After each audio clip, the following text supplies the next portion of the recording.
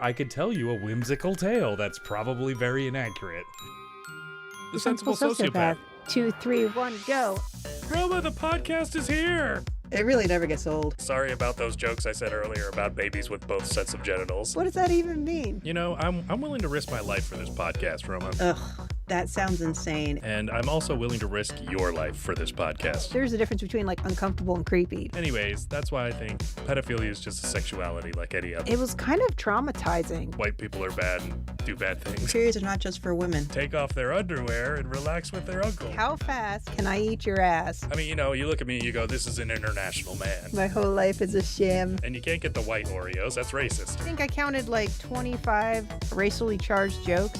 White privilege allows me to turn off someone's headlights. I was just being agreeable. Roma, when was the last time you were agreeable? It's been days. Also, if you try to poop really hard, sometimes you'll come. You would think that we'd have our shit together. It's the enema for your face. Yeah, I was gonna say cleanings for women. I'm not a lady, Roma. Oh, this is so gay. Let's try to be inclusive, Roma. What does that even mean?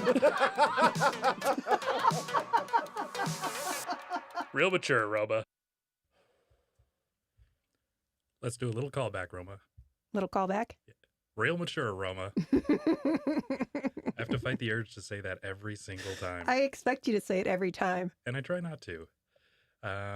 Okay. So welcome to episode 72 of the Sensible Sociopath podcast. Roma is our producer and co-host today. Hi, guys. Hello, everyone. And welcome to the show. If it's your first time, please join the chat. We're very friendly people, you'll find. Unless you disagree with us, then you'll rue the day. No, we're not very disagreeable, are we, Roma? I mean, it depends on what part of the cycle I'm in. Yeah, you are. But I was actually just pointing that out, trying to make it obvious to everyone. I'm under duress at all times. Yeah, Roma, that sounds good. Let's do that on the show. You turned my headphones down just a little bit. Yeah. Green knob. Yes, I made a mistake, Roma. Made a large mistake. Testing. That sounds pretty good right there. Okay, sounds Perfect, good. actually. Awesome. Okay, Roma. So we've got big news. We do? Yeah. Awesome. You know how we've always been vying for that position in the Barbados podcast market? Yes. We've been given our chance. Nice. Really, our show's paying off a lot. I don't even know what that means, but okay. Well, Barbados, it's a country that the Caribbean. Mm-hmm. And anyways, we've got a fan there, apparently. A fan or more, I don't know.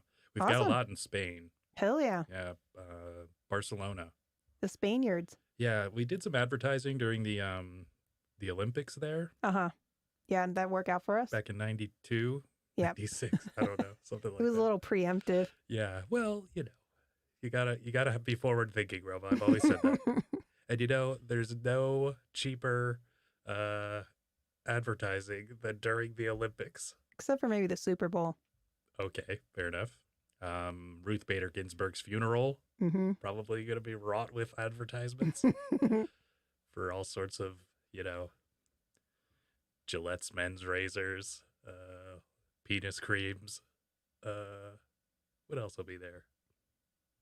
I don't know. Yeah, I don't know either. We'll just have to watch and find out. Things that oppress women, you know, those sorts of products. So, how are you coping with RBG's unfortunate demise? I'm going to miss her flair. Yeah. Yeah.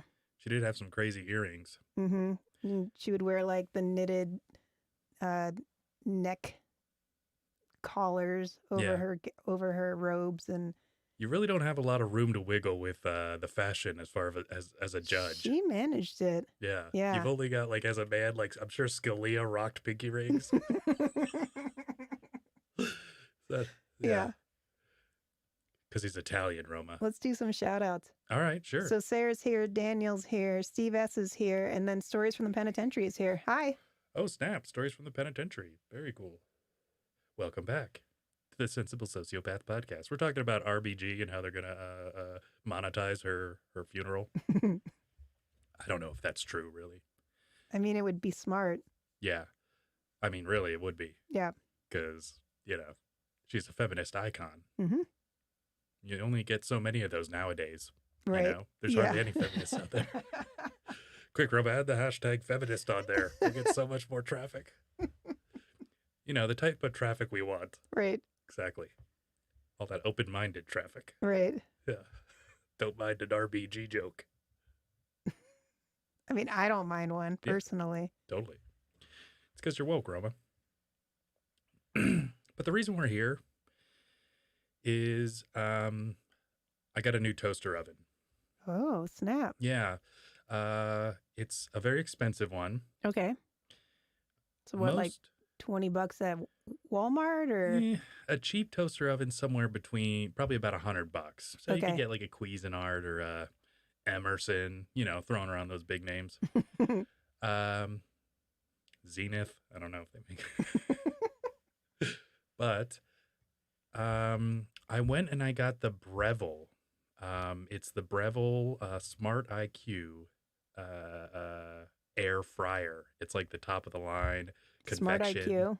Smart IQ. So it has these quartz elements, heating elements in them. Quartz, like the stone? Yeah. Mm-hmm. Oh, interesting. And what it does is, I guess they heat up super evenly and awesome and everything. And then the air frying part of it is basically a convection. A regular oven does not move air. Okay. A convection oven moves air with a motor.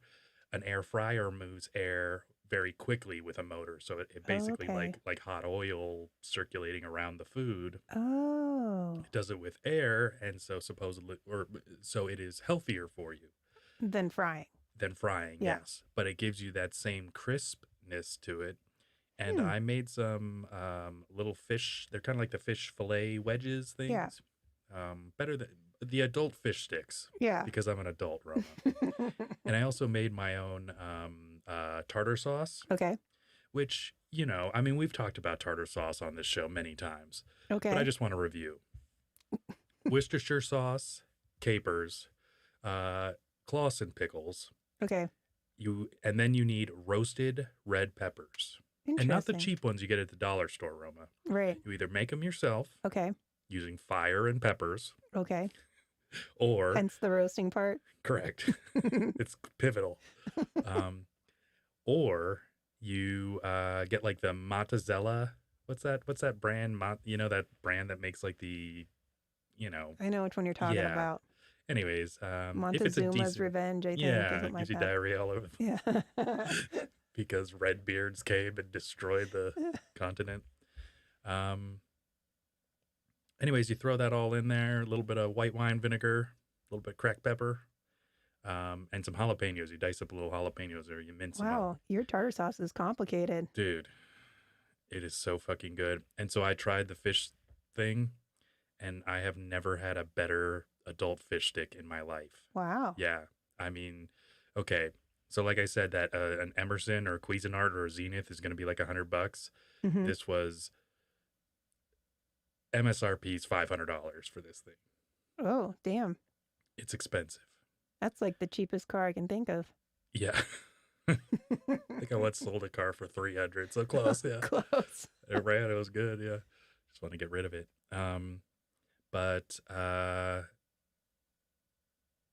So I got it on Amazon, had it on sale, but then I got an Amazon warehouse deal that was even better. Nice. So I got it for a couple $100 less than that. Score. But I really don't use my oven, you know, just because I'm always moving so fast, you know. Stories from the Penitentiary says my wife is an air fryer and I hate it. Oh, yes. And then Steph says you're a tartar sauce snob and I like it. Absolutely a tartar sauce snob. I am incorrigible when it comes to tartar, but I make my own and I make it anytime. Anytime. Oh, you also put mayonnaise in it. Yeah, I assume that's what else went into it, but yeah, there's a base. It's just a chutney. Pretty much. I mean, it kind of is. It kind of is like just a little bit of mayo mixed in with like all this chunky deliciousness. Like you spoon it on like caviar. It's fantastic. Roma, will you actually bring up a picture? Because I want to show Stories from the Penitentiary that this one's different than the regular air fryer. So it is a Breville Smart IQ air fryer. And I as in I, Q as in Q.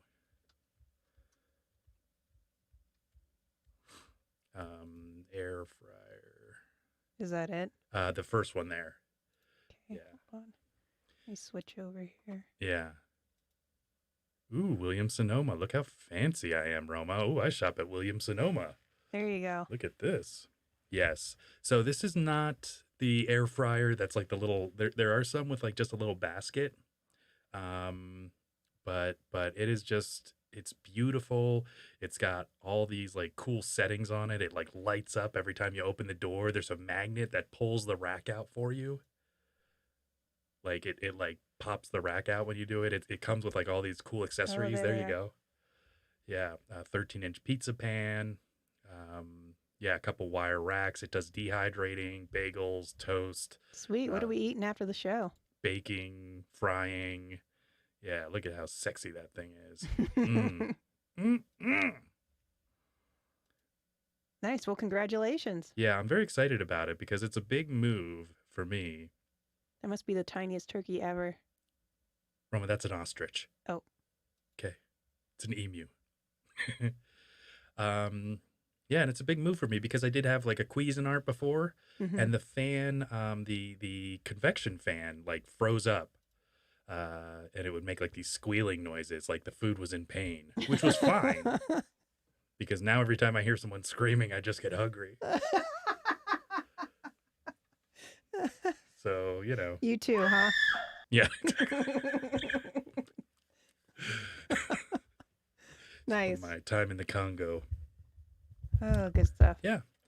Well, anyways, thank you for showing that, Roma. Yeah. Yeah, we'll have to do something where like we cook something and I have you try. We'll do it on the air next week. How about? Okay. We'll do some adult fish sticks and tartar sauce. Sounds good. You're gonna lose it, Roma. When you try this tartar sauce, holy shit. I'm excited for you. Thank you. Yeah. I'm excited. I love food. Next week, fish sticks and tartar sauce, everyone. Sarah says wedding registry check. Absolutely. Whoever doesn't get you that, cut them out of your life. You should have a pile of those at your wedding. No, they're awesome. Like, end of the world, that's going to be currency right there. Yeah, you think so? I mean, if let's say I was Cuban, right? And let's say these revolutionary communists come, right? Okay. And let's say that they take over the country and everything goes to shit and there's no more free trade, free thought, free anything. Well, everything's free. Right. But except you. Right. I would keep fixing it, and then I would fill it full of my children, and then I would row it to America. Huh. Be some tiny children. You're a communist. Yeah. Yeah, so that's how much I trust it. Actually, it has a dual-speed motor, Roma, so it could just kind of propel us all the way through. I feel like one of those cigarette boats on Miami Vice. Nice. I mean, just... I don't think I have my boat motor. Oh. Let's see. Close enough. Yeah, bumper boats. Okay. Daniel wants to know, does it fondle your balls without complaint too, Steve? Actually, what I was thinking of when I saw when you're showing the heating elements and the French fries, so I was like, I hope they make a sex robot, because I would absolutely buy it, whatever it is. So no, Daniel, but it does have a warm function, which I have yet to try, if you know what I mean. Put your fleshlight in there. Oh God. Just severely burn yourself. Just eating French fries as you're thrusting. It makes its own sauce. Oh, don't. Sorry. Tartar sauce. So chunky. Ugh. Jeez. Did you make this yourself? You could say that. Oh, gross. I didn't go down that road. Daniel did. Yeah, that escalated quickly. Daniel, you're disgusting. So that's the big news for the show. I think, is that everything, Roma? Are we done? I think that's about it. All right. Well, check us out on Patreon /Sensible Sociopath. Wouldn't that be funny if that was our show? We could just do that like every night, like just 15 minutes. There's people that do that. Yeah. Yeah. They're hacks, Roma. We call them hacks. No, so what we do want to talk about is Roma brought up something that was interesting, which was that the CDC we're all really excited about it. The CDC told us how to celebrate Halloween this year. Which is nice because we've never known how to before. No. I've always questioned how best to celebrate Halloween Yes. in a safe bubble. Yeah, exactly. A hermetically sealed. Hey, you know that place that had that terrible virus? Let's all order plastic costumes from there and put them on our faces. What if we went as the bubble people this year for Halloween? Like the people who make those bubbles that kids blow. No, like the people little that live in coronavirus bottles. ones that come Bubbles. floating into the nursing homes. Yeah, and we want to talk about kind of the CDC and what, do you want to start off with the Halloween information? Okay. I didn't wear my glasses. I didn't bring my glasses, so we'll see how this goes. Okay. So the CDC wrote this handy dandy holiday guide to tell you how you should be celebrating your holiday. And I think it covers a lot of, let's see what all it covers here. Yeah, let's just go with each. Well, there's a lot, but. Yeah. So first of all, Roma, deciding to go out. Now, many children don't like to go trick-or-treating because it's fun. They get candy. Right, yeah. That's get to dress up. It's kind of a bummer. I mean, nowadays, I heard a comedian say something very funny that was the holiday when you're actually supposed to wear a mask. Right. They don't want to let you go out. Yeah, and they even say in here, well, so it says many traditional Halloween activities can be high risk for spreading viruses. Mm-hmm. There are several safer alternative ways to participate in Halloween. If you may have COVID-19 or may have been exposed to someone with COVID-19, you should not participate in in-person holiday festivities and should not give out candy or trick-or-treat to trick-or-treaters. These low-risk activities can be safe alternatives. 1, carving or decorating pumpkins with members of your household and displaying them. What if you're allergic to pumpkins? Some people are. What if you have differing political ideas and get into a knife fight? That is true, Roma. The old pumpkin carving knife fight. It's been an epidemic. COVID massacre because everybody's stuck together and can't stand each other's points of view. It's a major healthcare concern. Yeah. My favorite, now, Roma, what's the favorite pumpkin you ever carved? You ever carved one that stands out to you? Because I have one that stood out to me. I don't know. I've carved some pretty cool ones, but they were like the pre-made templates. Yeah. Mm-hmm. But I don't recall what it was. And like you poke holes in it and do it. Yeah, but they come out really cool. I did a Wendigo. Oh. Wendigo, which is it is kind of like a witch doctor, like evil spirit in the Native American world. I think it's kind of like a skinwalker. So I actually asked a Native American this. Okay. And what she said was that skinwalkers were good. So skinwalkers were your family and other like spirits that like followed your family. Okay. And you could see them at certain points if you try to look for them and that kind of thing, if you're sensitive. That is not what I've heard, but she would probably know better than me. Sounded like she knew what she was talking about. Okay. And I could be misinformed about what she was saying because we didn't, she didn't draw me a map of how this all worked, but a chart, a pie chart. But what she was saying is that Wendigos were the evil spirits that were the skinwalkers. Kind of, they were similar, I guess, because they still had this animal human form, mm-hmm. but skinwalkers could be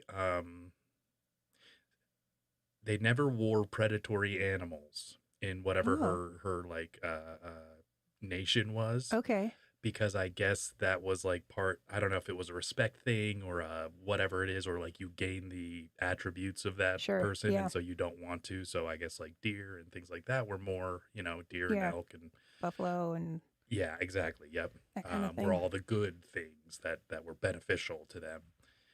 And so I guess the Wendigos, which I learned from the TV show Hannibal. Okay. Which is based upon the Hannibal Lecter, Silence of the Lambs, Thomas Harris character.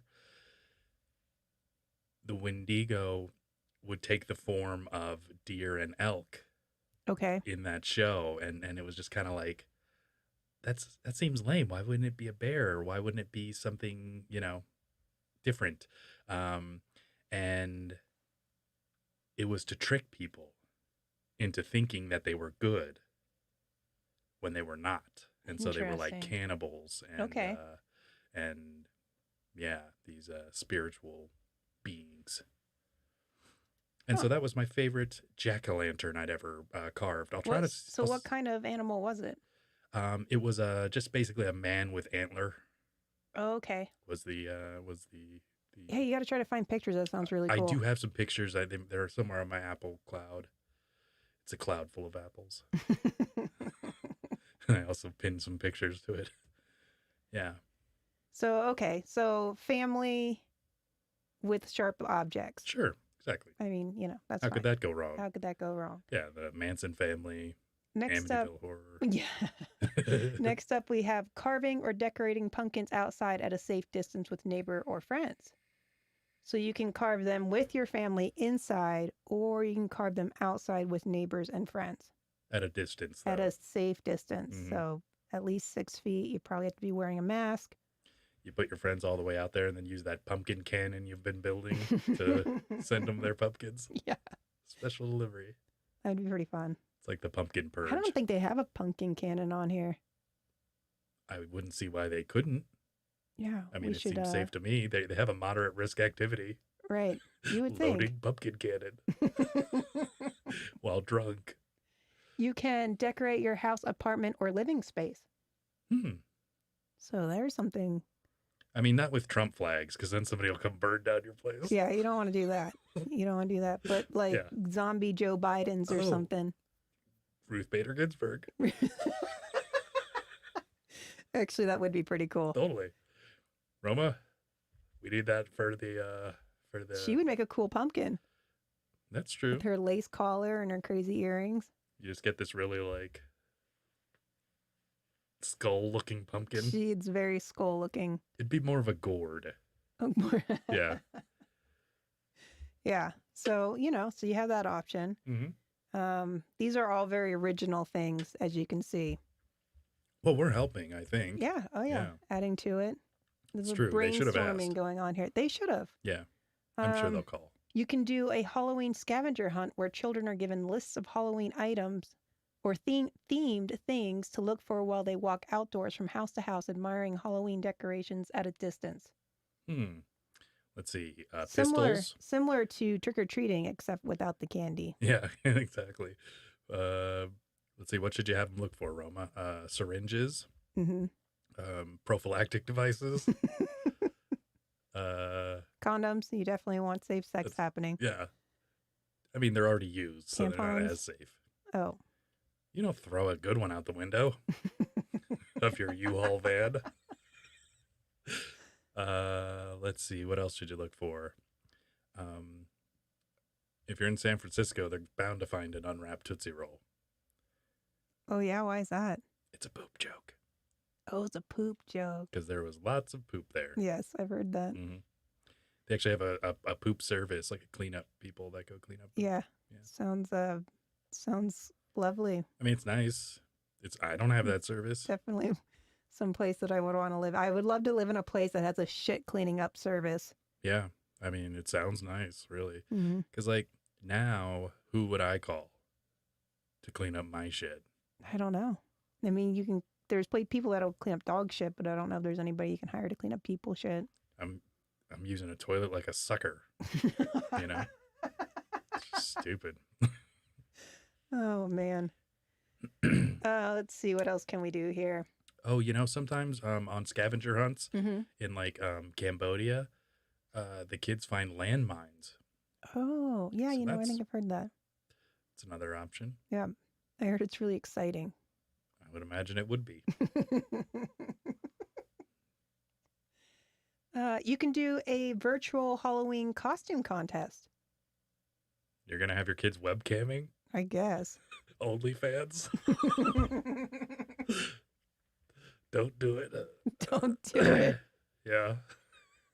Yeah, She's a genie. Get her off the screen.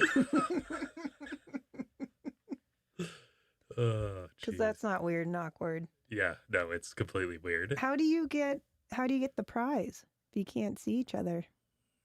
They don't have prizes anymore, Roma, because that hurts people's feelings. Oh. Remember? Does I'm everybody sure. win by proxy? Is this like a, like if you wear a costume, you win, and even if you don't wear a costume, you still win because you're probably the poor kid? I think so. Okay. Yeah. Unfortunately, that's the truth. Some kids have ringworm, too. You can see it on camera. Gross. I would assume. I don't know. Let's see. You can have a Halloween movie night with the people you live with. That's fun. So you're going to, like, watch The Exorcist with your 8-year-old? Or, because you don't usually, since for the people that are still really heavily confined, they're not having movie nights every night. Yeah. I'm pretty sure you've probably seen everything you want to see. The Leprechaun movies. There's like 12 of them. Is there? Yeah. Jesus. They kind of fell off at about 9 or so. Kind of really. I'm surprised they made it that long. You jumped the shark. Yikes. Let's see. There was one where the leprechaun was skateboarding. I don't remember which one it was. Oh, really? Yeah. Classic. I feel like he was skateboarding. You totally. I mean, that would be the time period, though. Yeah. Sometime from like 1986 till now. Yeah. Yeah. Have a scavenger hunt style trick or treat search with your household members or in or around your house rather than going house to house. Oh, you could find mommy's lightsaber.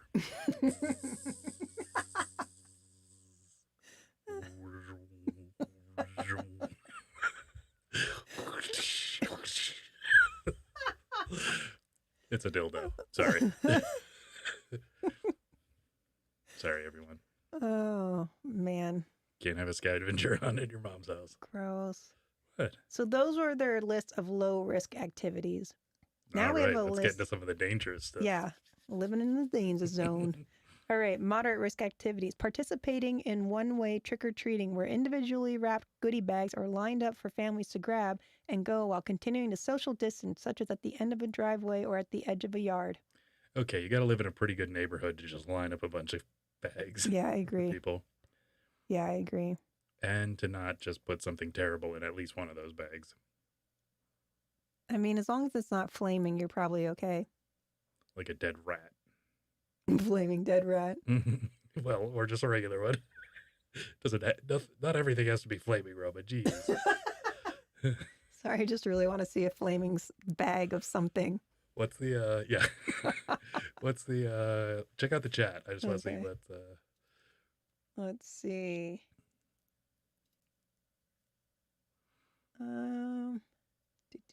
Family tradition.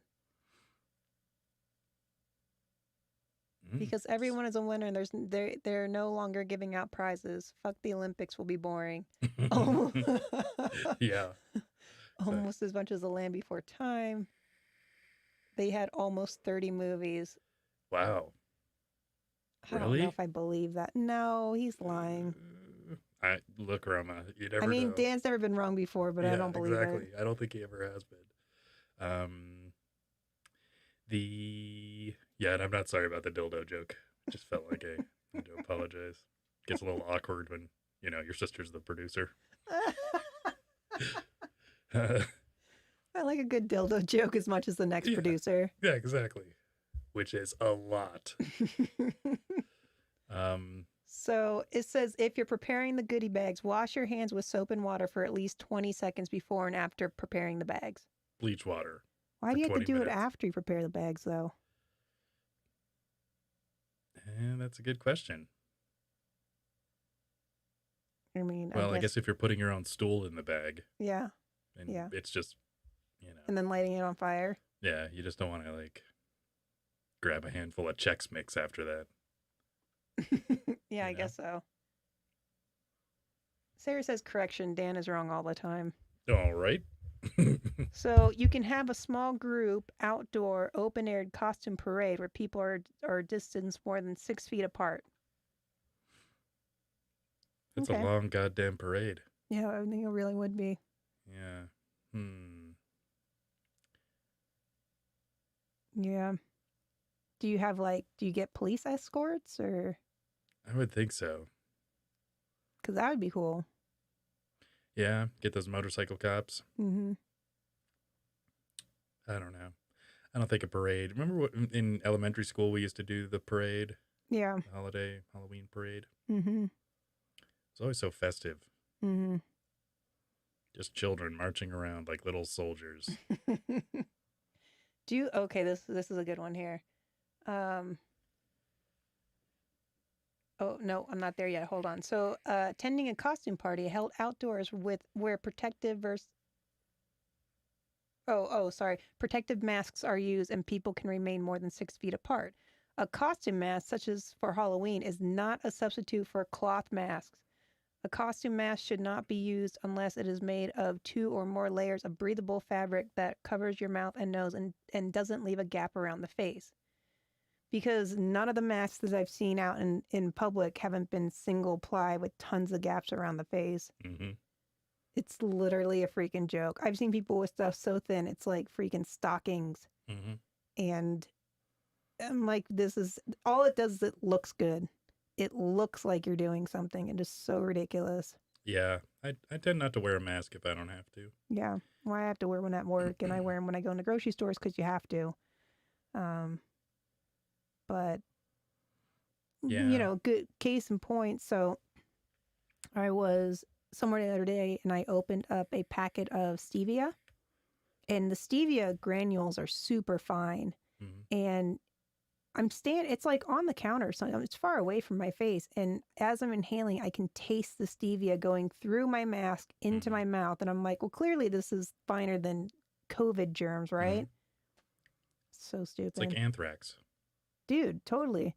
Have you seen that meme going around that shows a different type of face masks? It shows like the anthrax mask, the what's the stuff that's in the buildings? Yeah. God, why can't I think of it?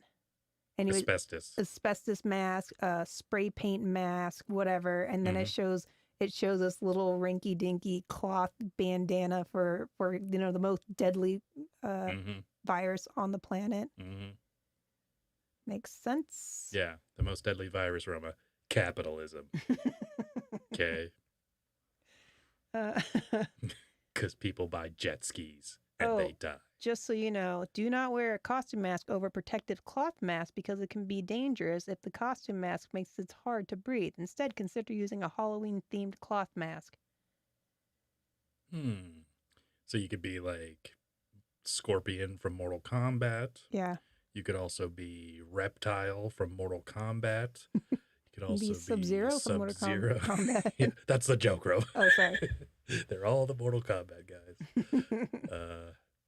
That's about it. I didn't know that wearing a cloth mask under a regular mask is so dangerous. That's why we've never done it before, because it's stupid.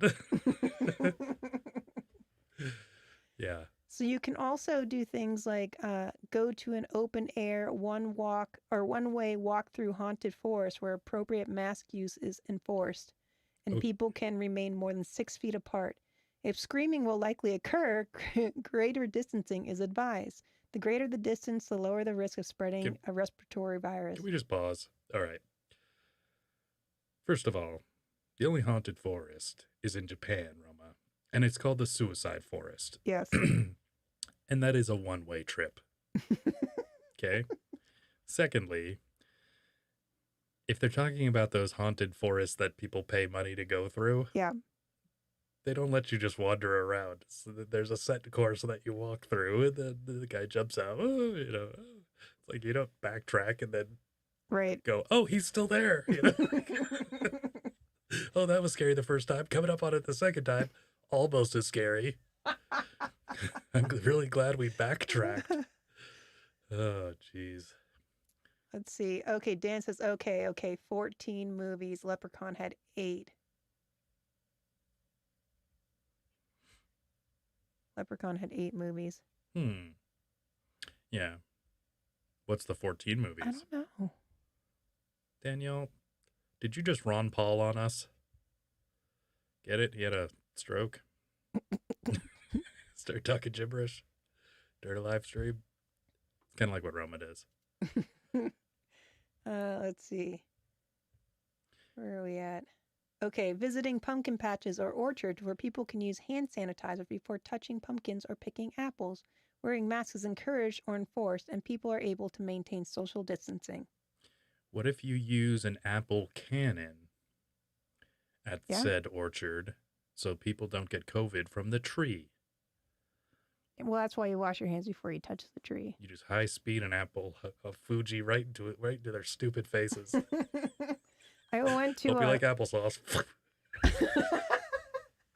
I went to one of those it was like a pumpkin patch, and it had like the Corn maze. corn maze, Yeah. and like it had like a scary like a dragon that you went into, and it scared you. But anyway, it was pretty fun. Mhm. But they had an apple gun Yeah, where you could I've done the shoot same Bigfoot. thing. Yeah, So cool. shoot Bigfoot. Yeah, they had like cutouts of Bigfoot and other stuff. Yeah, It no, was that's cool. super fun. Yeah. I'll pay money all day to shoot apples at things. Yes. Yeah. I also got did you do the thing where they put the honey on your finger and then the bees come? No, I've never Yeah, done that. That was pretty cool. That sounds scary. It's all tickly. Yeah. Yeah, it's really cool. Huh. I didn't know. I that was a like thing. bees. I like them. I like bumblebees. I like honeybees. They're Bumblebees cute. are shitty because, you know, when you're wearing a jean jacket and one gets stuck right in the collar and stings you on the back of the neck? No, I don't know that. It happens all the time. It's almost a cliche, really. I like bumblebees, and I do like honeybees. They're kind of cute too. They're fuzzy. Yeah, no, I love honeybees. They're my favorite. Yeah. Bumblebees I'll are my touch 'em. favorite. I'll hold them. Like, look at my bee. Do you ever see the story about the woman that had a bumblebee for a pet Mm-mm. and it would cuddle with her? Yeah, it was a thing. What's happening?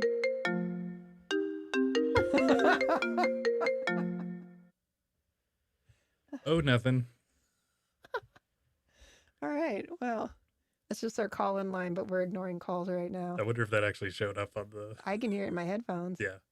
Sorry, everyone. Very popular. Having an outdoor Halloween movie night with local family friends with people spaced at least 6 feet apart. If screaming will likely occur, greater distancing is advised. The greater the distance, the lower the risk of spreading the respiratory virus. Lower your risk by following CDC recommendations on hosting gatherings or cookouts. What if there's a lot of laughing happening? Do you not have to social distance more? Well, I mean, at the protest, there's not a lot of laughing going on, I would That's true. assume. Yeah. And those are the safest things you can do in groups. Mm-hmm. So I would say, as long as everyone's laughing with Hatred? hatred, yeah, Yeah. for racism. Yeah. You know, if you're laughing with hatred for racism, then yes. you're Okay. fine. You're fine. Yeah. Got it. So you can watch Django. Right. All right. Higher risk activities. Here we go. Ooh, Avoid let's see. Homeless guy glory hole. Is I think that one of them? What number is that? I think that's number 17, actually, All but right, I haven't good gotten down that far yet. Avoid these higher risk activities that help prevent the spread of the virus and that causes COVID-19. Participating in traditional trick-or-treating, where treats are handed to children who go door to door.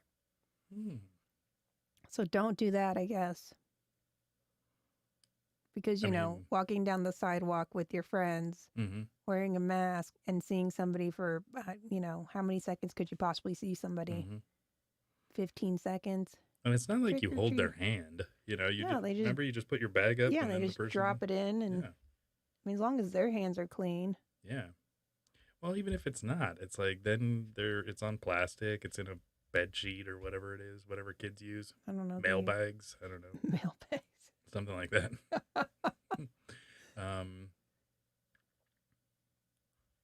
Well, I don't think it can live that long on surfaces either. Yeah. I mean, look, I'm sure there's mixed information about that too.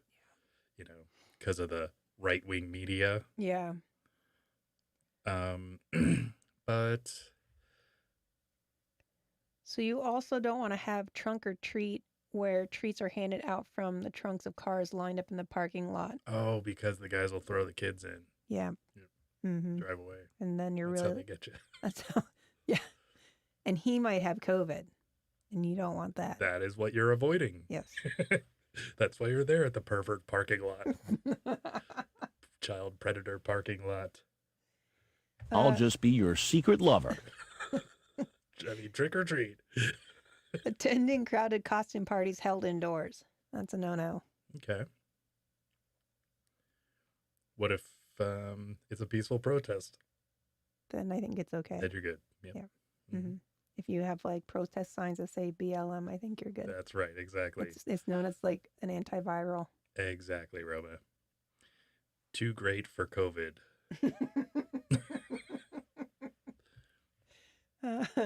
Going to an indoor haunted house where people may be crowded together and screaming.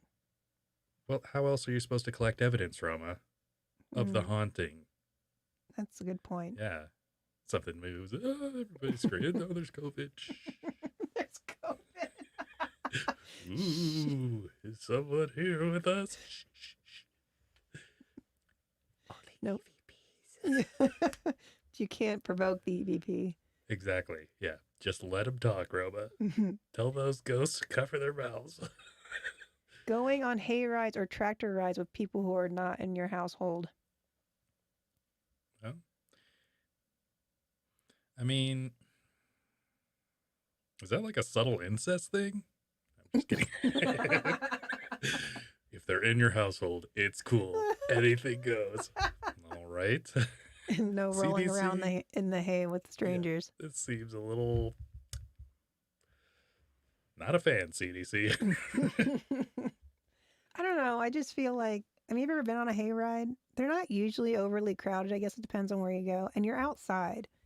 So, I mean, if you're inhaling that many germs, I just don't. I mean, you should be wearing a mask, right? And you're outside, right? I honestly don't think it's a problem. I really don't think any of these activities are a problem. We they haven't are gotten to the either. homeless glory hole yet. I think it's coming up. I'll reserve my judgment. Using alcohol or drugs, which can cloud judgment and increase risky behavior. Well, what about antihistamines? Because of that hayride. I mean, they definitely make my head a little groggy. Mm-hmm. Now you're on drugs, Yep. riding around in the hay with a bunch of strangers, Mm-hmm. probably talking about pumpkins and whatnot. Mm-hmm. This is a Gourds. recipe for COVID. Sexy gourds. Traveling to rural fall festivals that are not in your community if you live in an area with community spread of COVID-19. That sounds like segregation. It does sound like segregation. Yeah. And how come you can go into a community festival with your community, but you can't sit on a ride with people outside your household? Mm-hmm. I'm just asking for a friend. Well, I mean, it's true, Roma. You know what one of the safest activities is? Is you can bob for apples, but you just can't come up because there's too much gasping. Can't be breathing hard. Just stay down till the party's over. Have you ever done that before? It's practically impossible. I feel like I have, but I You have can't a small mouth do it. and a big tongue, so I'm always a choking hazard. So I try not to submerge my head in water and then bob for apples. You do it. How you been doing on that? Are you a good success rate or With bobbing for apples, the avoiding it? I've been avoiding it pretty well. Good. I also try not to eat large sandwiches. Sandwiches. Although I'll try. I had a friend of mine that had gotten punched in the jaw when they were younger and dislocated their jaw, and it never got relocated properly. And so if they opened their mouth too far, it would get stuck open sometimes. Okay. So they could only open their mouth a very small amount because if they opened it too far, it would like lock open. Yeah. And so, then you go to that glory hole. right. And So they would never eat sandwiches or burgers or bagels or anything that he had to open his mouth up too far. But then he ended up getting it adjusted by a chiropractor, and it's been fine since. But I think he still has trauma and doesn't like to eat sandwiches or bagels or Interesting. things like that. Yeah. I don't know. Because, I mean, there's so many things that, like, require, if you have a good sized apple. Yeah. You got to get your mouth on it. Yeah. That's what she said. I mean, it's true. Yeah. Of her penis.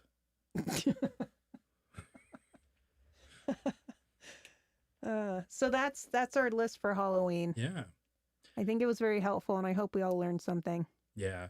Well, I think that the CDC really has our best interest in mind. Mm-hmm. They don't, there's been some scandals with the CDC, Roma. Oh, wow, that's shocking. Yeah. Do you want to hear some of the history and stuff with the CDC? Yeah.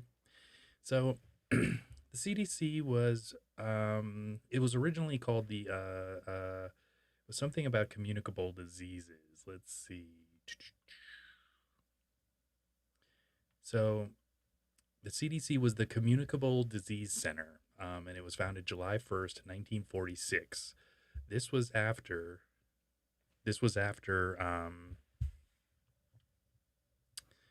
after World War II. Malaria was a big issue, or malaria was always a big issue.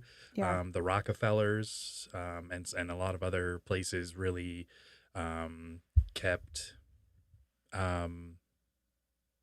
investing money in preventing people from getting it, probably because of globalization and all that stuff. They wanted to keep people healthier. They were investing in avoiding people from getting it, not the vaccine, right? So there is no vaccine for malaria. Okay. So there is treatment, which happens to be the hydrochlorothiazide, HCT, which is the very hydrochloroquine. Oh, sorry, yeah, hydroxychloroquine. Yeah.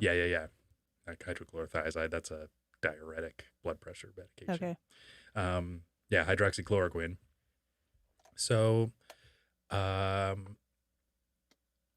the Malaria Commission, there was also some bad malaria, I guess, in the South, in the U.S. South. And so mosquitoes were a big issue. Okay. Back in those days, they would pay, it was mostly about like entomology and like preventing, killing mosquitoes and stuff like that. Like I guess when the CDC first came about, they only had like 7 doctors, and the rest of everybody were like entomologists and all sorts of all these other jobs. So, kind of interestingly, and that was out of 369. So out of 369 original employees, only 7 were doctors. Oh, interesting. So that was in 1946 they were created. In 1947, they made a $10 payment to Emerson University for 15 acres of land in Atlanta. Okay. This money was taken from the employees. The employees pooled $10 to buy 15 acres. And guess who they bought it from? It was the Robert W. Woodruff, the chairman of the board of the Coca-Cola Company. Which, interesting. is here nor there. But the funny thing is that I guess he used to hunt in an area that there was a lot of malaria. But it's like corporations and the CDC, Right. That's what I thought when I saw that. It's all coming together. Yeah, and it was so cheesy that I guess the organizational structure where like you have the director and chairman and all that stuff, the hierarchy or whatever. Yeah, was shaped like a mosquito. Are you kidding me? When they first, That's what a joke. Awesome. So I wonder whose big idea that was. I don't know. Some fruitcake, I don't know. So they basically what they deal with is mostly communicable diseases, but also like public health, and they kept expanding into all these areas. Work health, they dabbled in some gun control stuff, and kind of more political, arenas. But for the most part, they've tried to stay out of it. One of the most controversial things they ever did was the Tuskegee experiment, which was the syphilis experiments with like 400 black men in the I think it was from like 1920. So it went on for like 20 something years prior to the CDC. How many did you say it was? 400? 400, yeah. And so the problem with that is that in 1947, penicillin was discovered, Mm-hmm. which is the primary treatment In for 47? syphilis. Yeah. I thought it was discovered a lot earlier than that, huh? Or it was made available or something. It might have Okay. been discovered, prior to that. Okay. And the problem is that they never treated those These men malaria patients. for the syphilis. Oh, For syphilis. Sorry, yeah. syphilis. So what happened is basically they would just tell the guys like, oh, you're going to get free health care. Then they would give them placebos. They wouldn't even tell them they were in this study. Oh. Yeah, it was pretty screwed up. So out of that came the Belmont report, which was in 1979. The Belmont report basically set human studies standards for behavioral and mental, or behavioral and medical study. Okay. And healthcare study, which outline that you have to respect people. Mm-hmm. Can't just use them as guinea pigs. Yeah, At least without their knowledge, right? Correct. Yeah. So you have to protecting the autonomy of all people and treating them with courtesy and respect, allowing them for informed consent. Researchers must be truthful and conduct no deception. Seems that's like good. all good things. Beneficence. So the philosophy do no harm while maximizing benefits of the research project and minimizing risks to the research subjects. And justice. So ensuring reasonable, non-exploitive, and well-considered procedures are administered fairly, the fair distribution of costs and benefits to potential research participants and equally. Okay. Yeah. Those are all good. Yeah. So that was 1979. So out of, the 20, I guess it started in like the 1920s and then. Only took them 50 years. No big deal. Yeah. Or sorry, 1932 to 1972. Okay. Yeah. So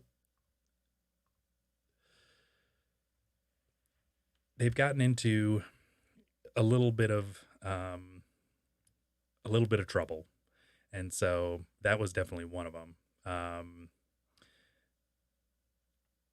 There was something about, I don't know when this was, but lead contamination in the District of Columbia. Mm-hmm. So I guess people at the CDC were saying that it was not contaminated, but it was. Oh. So I don't know when exactly. I mean, I would have to assume that was a little while ago. Lead's not as prevalent as it once was. Well, yeah, especially little lead pipes. Yeah, Pipes and paint and things of that nature. They used to there used to be a lot more lead used in products.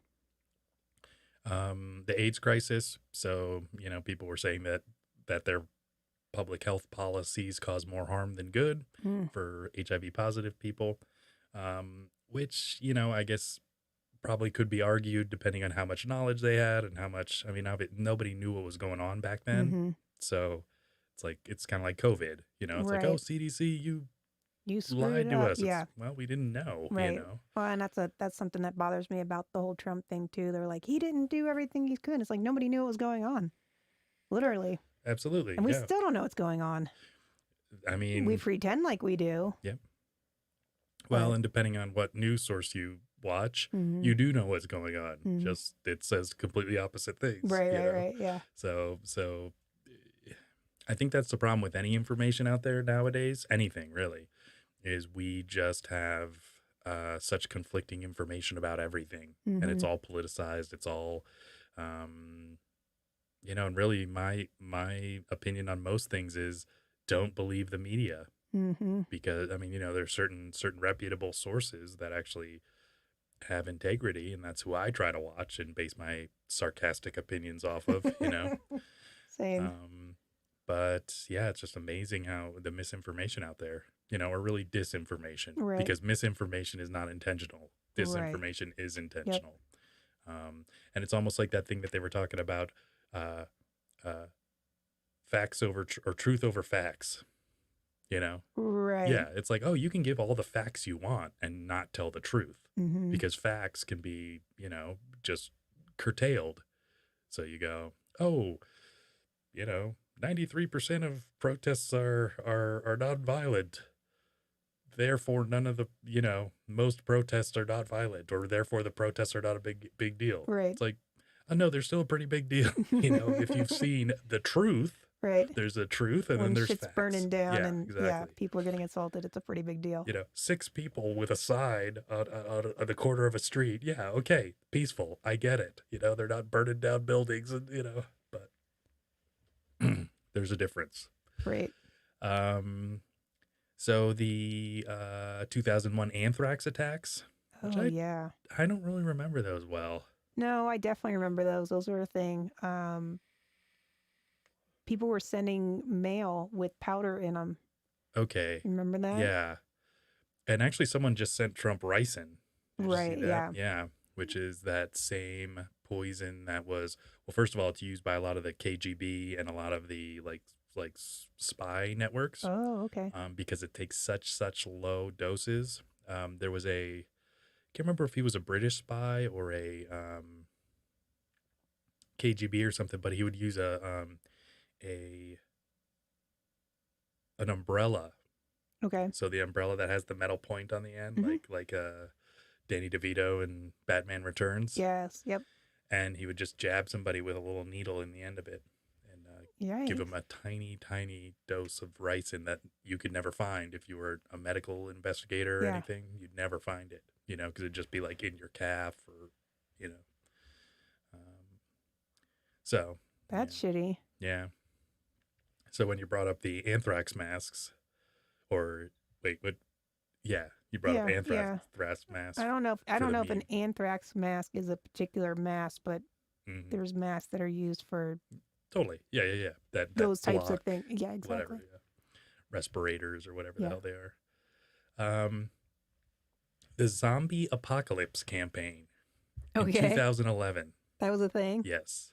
Interesting. So in 2011, the CDC went with the pop culture route. Now, this was not a big campaign. It was a blog, I believe, from someone that worked at the CDC. Okay. And it was all about disaster preparedness. Okay. And so what they said was how to be prepared for the zombie apocalypse or any emergency, or any disaster. Well, I think that's interesting because there's huge arguments against people being preppers, how they're, conspiracy theorists and they're crazy. And then, of course, we have this COVID. There's no food in the stores. There's no freaking toilet paper. And all of a sudden, preppers don't seem so crazy. But then you get the CDC putting out, info on like how to prepare for the end of the world.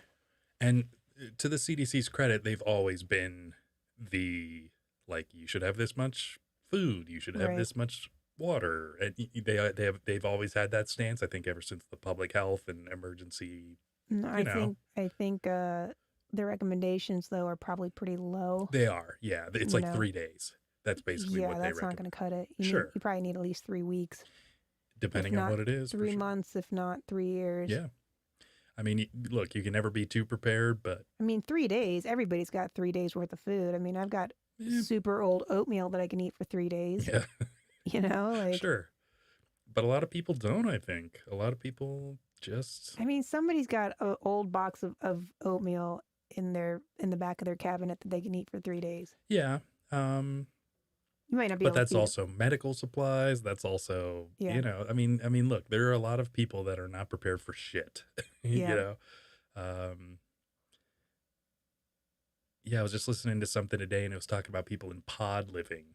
And so what it is basically you rent about 8 square feet and, the guy was like, oh, I do my laundry at my gym. I rent a workspace, for 8 hours a day.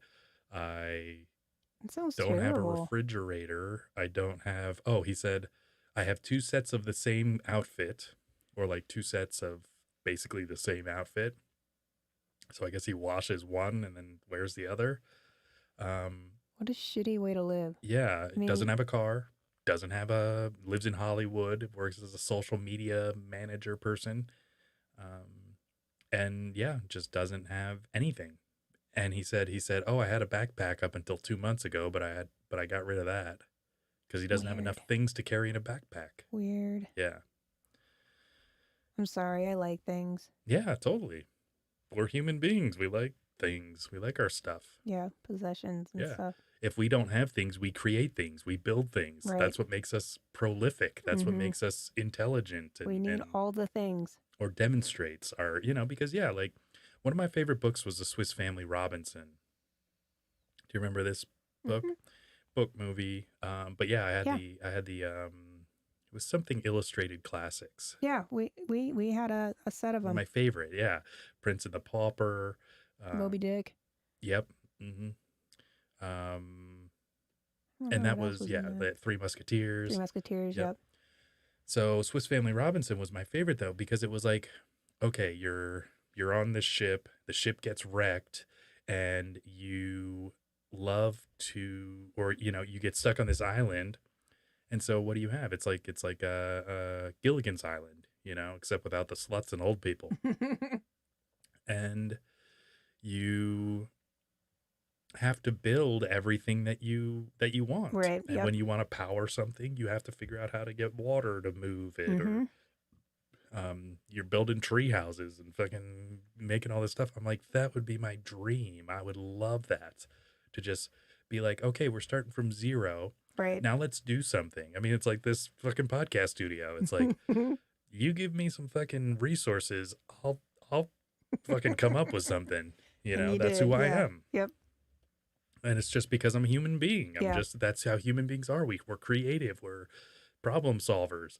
We like to make ourselves more comfortable. We use Mhm. our brains to capture what we need, Yep. So you got all these freaking, lions running out and just killing the damn thing the same way over and over and over again. I'm going to figure out how to make that shit easier, Mhm. and that's exactly what we do, Yeah. as people. And so could you, how do you get to the point where, and they were talking about this guy's social media, like, oh, well, he's got over 30,000 pictures on his social media. Cool.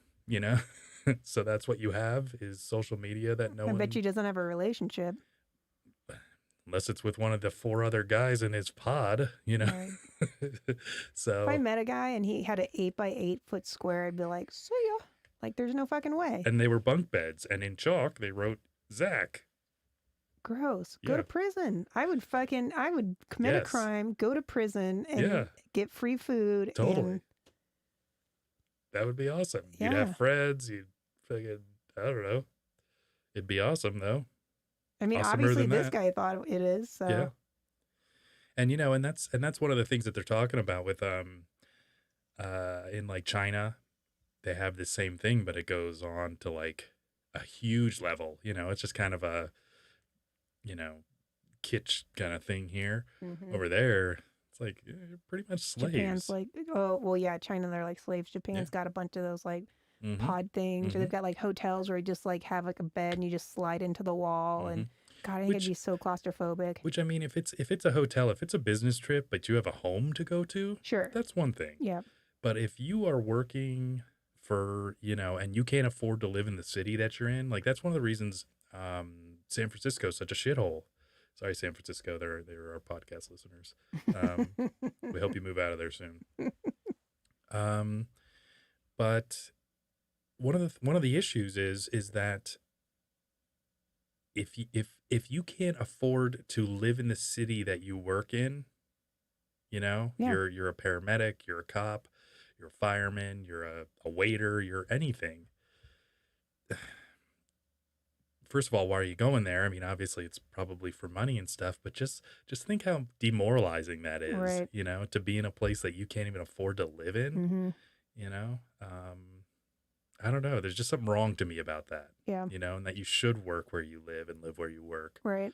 Obviously with this,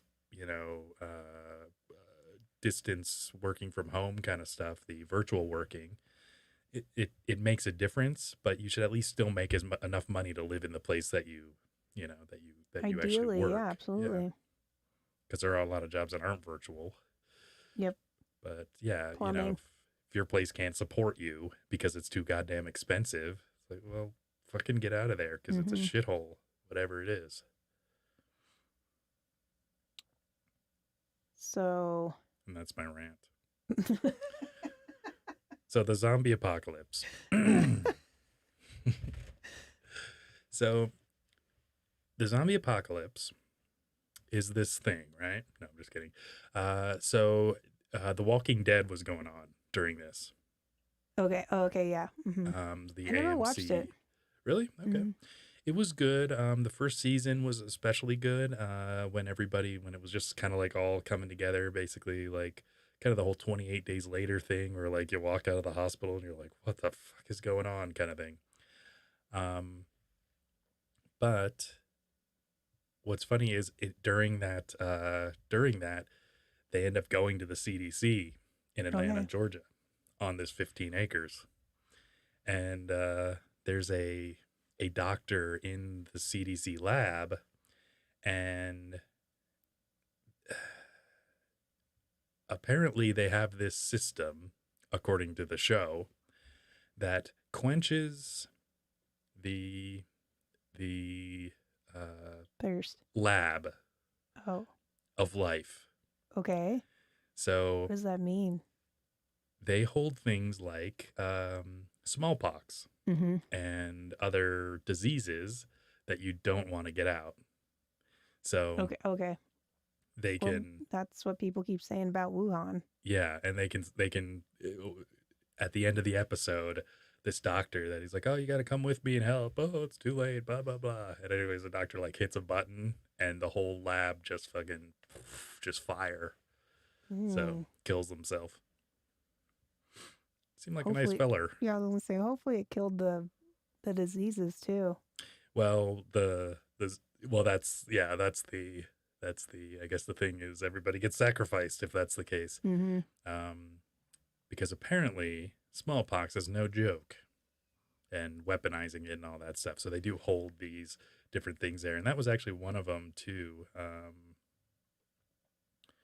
Was at some point there was something about smallpox and anthrax both being misplaced. I can't remember what year it was, but yeah, it wasn't great. Good job, CDC. Yeah. So anyways, a lot of people had a problem with the posting of the zombie apocalypse thing. It was, just kind of when Twitter was taking off and stuff. So I'm sure it was just people needed a reason to bitch. Yeah. Well, Trump wasn't president yet. There was something else to bitch about. Exactly.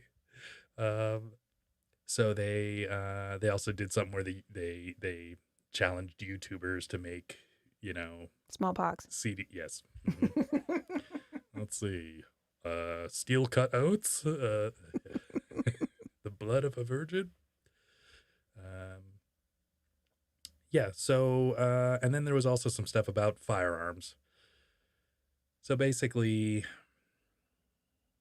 I'm of the stance that firearms are a political issue. Okay. They're a political discussion, and so they should be out of the government's.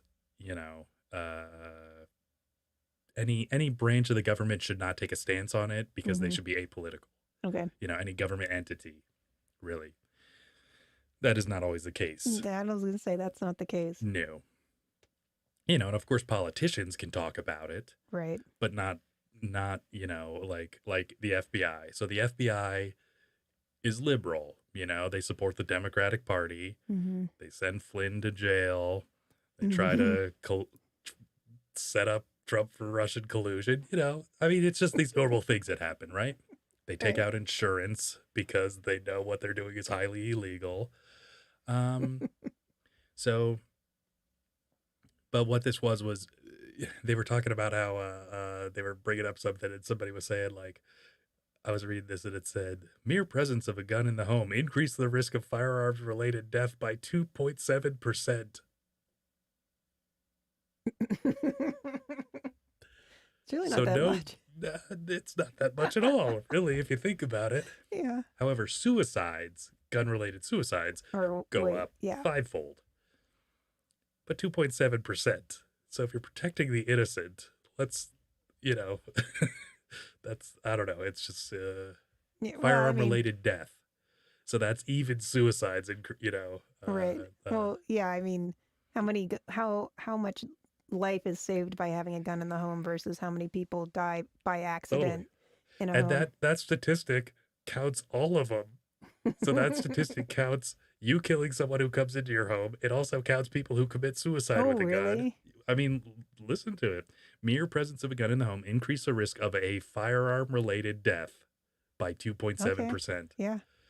So it's just amazing. I Yeah. mean, that's pretty much what guns are made for. Yeah. So Yeah. I guess mission accomplished. Well, yeah, exactly. In both of those cases that we mentioned, it is absolutely intentional. So, yeah. Um, but they're just talking about how it's a public safety issue and all that. It's like, yeah, no, it's a freedom issue. Like, you don't get to tell us that, and that's the problem with socialized healthcare, I believe, is, if we're all on this single payer socialized healthcare and you want to buy a parachute because you like skydiving. Sure. No, that's dangerous, Roma. We can't pay for that. What if you twist an ankle? Or you want to get a unicycle? No. That's too dangerous, Roma. We can't pay for your reconstructive face surgery. Yeah. A Corvette, a gun. Yeah. A Cobra. Well, I mean, you do get, they do basically penalize you for having a faster car or, riding a motorcycle or doing whatever. Insurance goes up. Yeah. I think Homeless guy Gloryholes. They'd Yep. all be shut down, Roma. Instantly. Yeah, You'd have to you're bring right. your own drill. Get through that bathroom stall in your pod. Your socialist pod. Because you're a shit. slave. Oh, gross. Mm-hmm. Yeah, good point. Well, let's not start sucking each other's dicks quite yet. That's a CDC.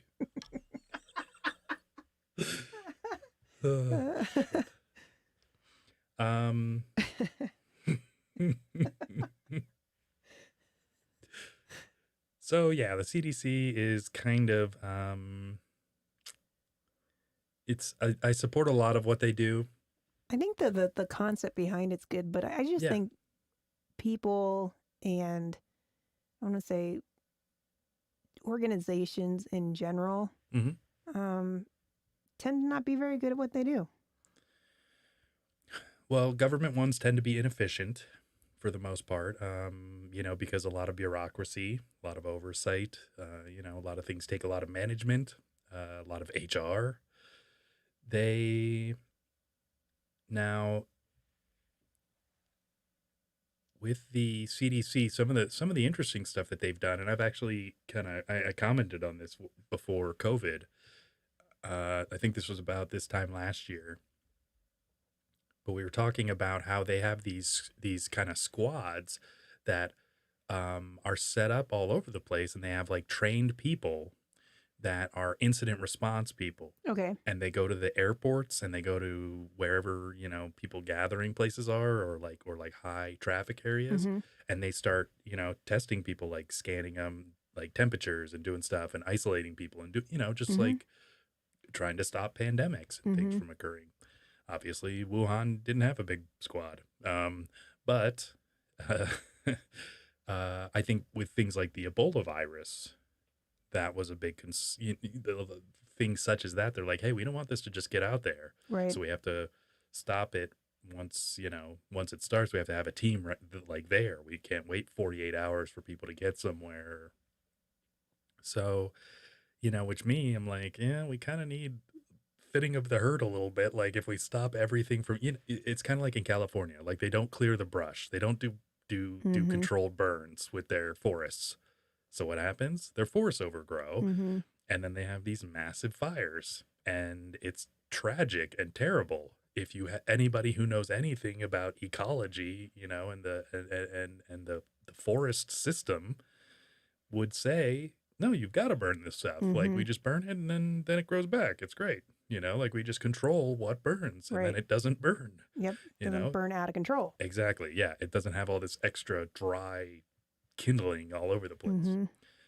Dead trees and dead, all that stuff. So, So that was one of the things where I'm like, you got to kind of let stuff happen sometimes, you know, like I get it. And this is probably not a super popular stance with everyone at this moment, but I still stand to this, you know, that unfortunately, sometimes, you know, nature has to take its course. And if we try to stop it, I mean, I guess it'll get loose anyways. And then the World Health Organization, which we ended up funding most of, and then it kind of comes out there in the pocket of China and protect China and things like the pandemic. Well, it's good to know that they're not on our side, you know, not on the side of the people that fund them, kind of like the UN, you know. So all of these things that we support wholeheartedly and that they, you know, couldn't give two shits about us. But the CDC also does a lot of research, which is great. Yeah. They have, so there was this one thing that did bother me, and it is that, so July 19th, 2020, the CDC employees made more than 8,000 federal contributions to political campaigns and politicians since. See, that's, I don't even care. Okay, go ahead. You just wait. Okay. Okay. So the CDC employees made more than 8,000 federal contributions to political campaigns and politicians since 2015. Okay. How many of those contributions, so not how many dollars, but how many of those 8,000 contributions went to conservative or Republicans? I'm going to guess 0. 5. Oh, 5. 5 out of 8,000. Well, I'm Political pleasantly surprised, I guess. Yes. Well, and that's what I was going to say. I don't care who you're giving money to necessarily. I mean, I'd prefer you to be giving money to my team, but they shouldn't be giving money to people if they're supposed to be this non-political entity that is supposed to be looking out for the people.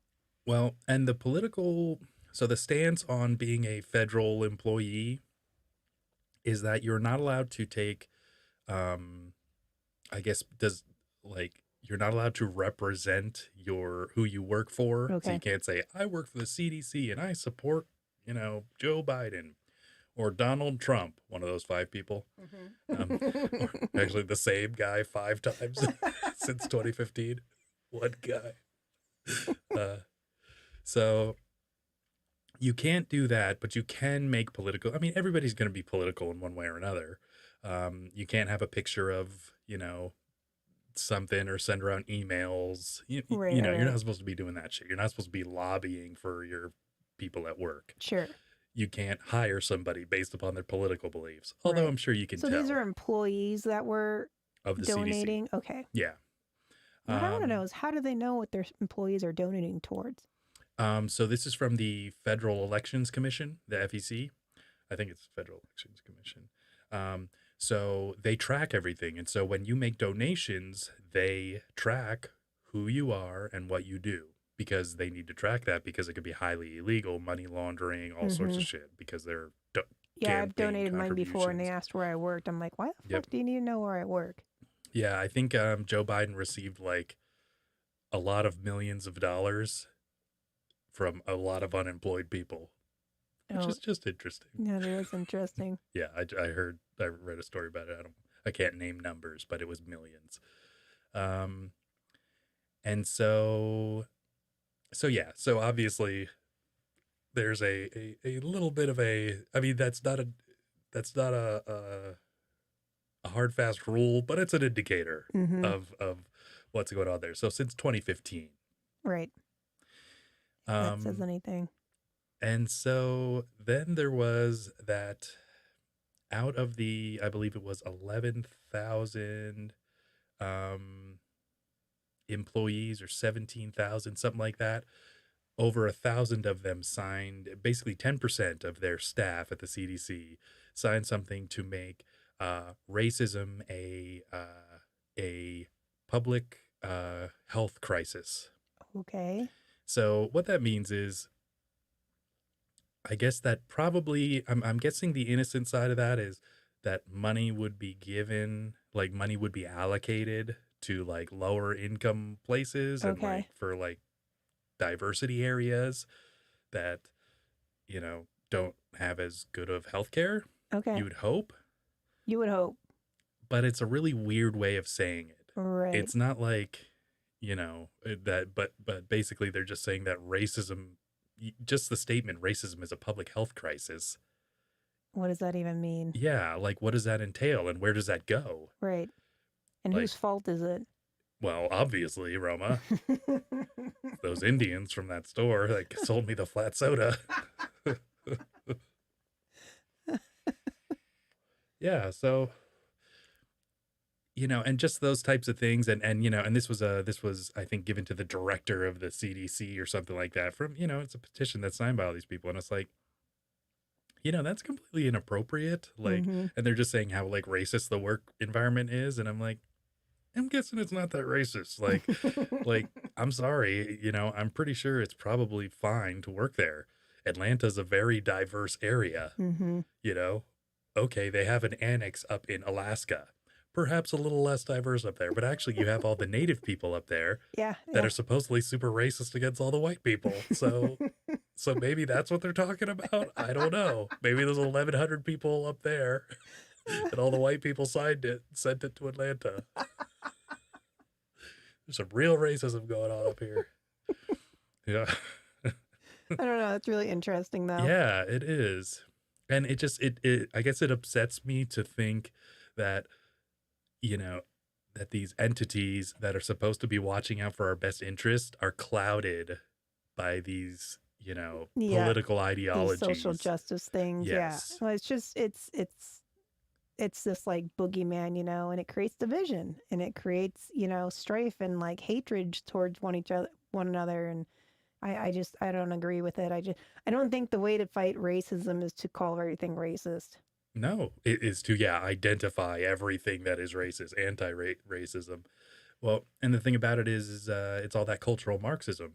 It's all identitarian politics, critical race theory, which critical race theory comes from postmodernism. If you want to know about postmodernism, watch Dr. Jordan Peterson, watch some lectures he has on that. And postmodernism comes right from communism, which comes right from Marxism, or, Marxism the whole way around. Which was hilarious because Marx was a raging racist. Yeah. And a real just shitbag in general. He was a terrible person, but total loser. Couldn't hold down a job. And we're actually doing a little research on Marx, and Yeah, we're going to be doing an episode. We'll have to do a show on him. Yeah. Yeah. And just Marxism and where that came from, what it led to, and how people are falling right back into it because of their ignorance. Yeah. Well, and the sad thing I think about Marxism is that it comes from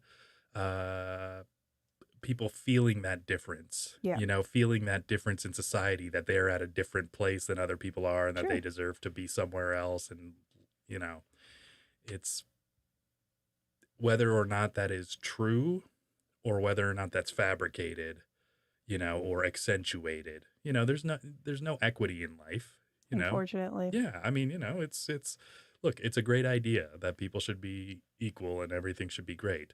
However, when that comes under the heel of a boot and your life is completely gray and you don't have anything nice, and that's equity, that is not. We'll all be living in pods, 8x8 pods. Yep, and no one will even have a drill, Roma. For the glory hole. Come on, Roma. Jesus Christ. It's called a callback. All right. We wanna do some shout outs? I guess. I want to thank everyone who's joined the show today, Roma. Okay. Yeah. Sounds because it's been a pretty cool time. Mm-hmm. And I had fun. You can find us on Instagram at the Sensible Sociopath Podcast, also on Facebook. Mm-hmm. Check us out on all major podcasting platforms. Yep. All the audio podcasts drop Tuesday morning, so you can listen to it on your way to work. Mm-hmm. Listen to all the jokes Roma missed. Jeez. No, I'm just kidding. We're back here every Friday. Please share our podcast with people. Subscribe, like, comment. Mm-hmm. Mm-hmm. And I think that's about it. Oh, patreon.com/Sensible Sociopath Podcast. We would love some people to help support the show. Yeah. Because we need to get that money, Roma, before this Marxism takes over, you know? Got to get that Corvette and that parachute. Sounds pretty good. Yeah. But thanks for checking us out, everyone. Yeah, have a good night. Bye, guys. See ya.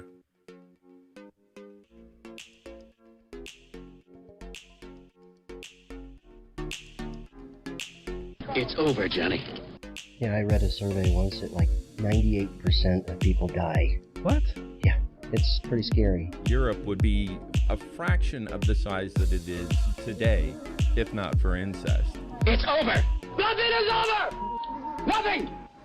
You just don't turn it off! Content and stories and whimsy and a little love. So they say the big one's coming. For California. Rosie O'Donnell. Was she a great big fat person? That's right. Have you ever seen how many clothespins you could get on your scrotum? You ever dabbled in the dark arts? Guess what? I don't have to fuck the goats anymore. It's actually quite a bit of fun. Hashtag them too. I have no control over life. If I had a keyboard, I'd be able to help you. What dude hasn't tried to blow himself? 8 3/4 is totally fine. They say that you can kill yourself. Mark Hamill as a voice actor is absolutely phenomenal. People get really, really hostile really, really quickly. Rape and incest. Oh, we started talking about crazy Joe Biden and they shut us down. I got the ultra AIDS. Nobody's got AIDS. You're throwing off my game with your heartbeat and your talking and your breathing. I have had to stop using my favorite poop phrase. Why stop at 2 atomic bombs? Why don't we just do the whole team? Is this one of them left or right-handed coffins? Oh shit. Oh, that's a dick. Sorry, kids. I'm airing my junk out and I'm looking bold. I've always been a fan of Evan Watson. After she turned 18. After? That's where you and I are different, my friend. I mean, I don't have a problem digging a hole and keeping an erection. It's all about romance. Texting, talking, touching. Jumper cables and proper voltage, you could have dead baby movement. Are you guys judgmental? Me? Not so much. Bunch of Judas Priest albums. Rob Halford's pretty badass. Yeah, I like Judas Priest. You know he's gay. Really? Mm-hmm. Wow.